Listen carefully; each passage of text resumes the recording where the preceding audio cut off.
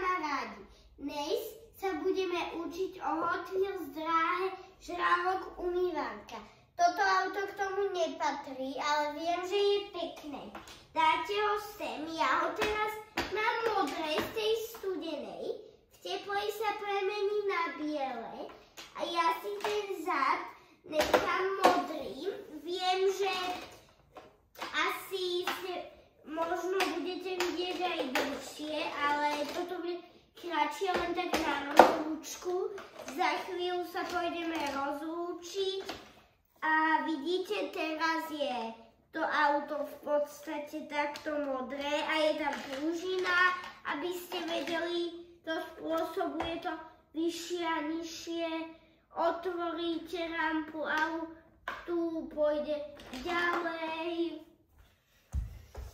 Tu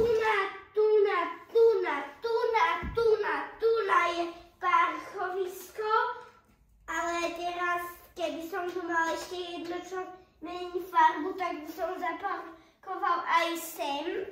A odtiaľto len jedno auto spadne, keď potiahnete za ten chvostík. A za to, tady je napísané Hot Wheels, zdvihnete a viem, že je tam aj umývarka. A toto bol koniec dnešného videa. Čaute kamarádi, vidíme sa možno teda zajtra po mojej škôlke. A prosím, dajte mi like a odber, veľmi mi to pomôže stať sa youtuberom. Ahojte.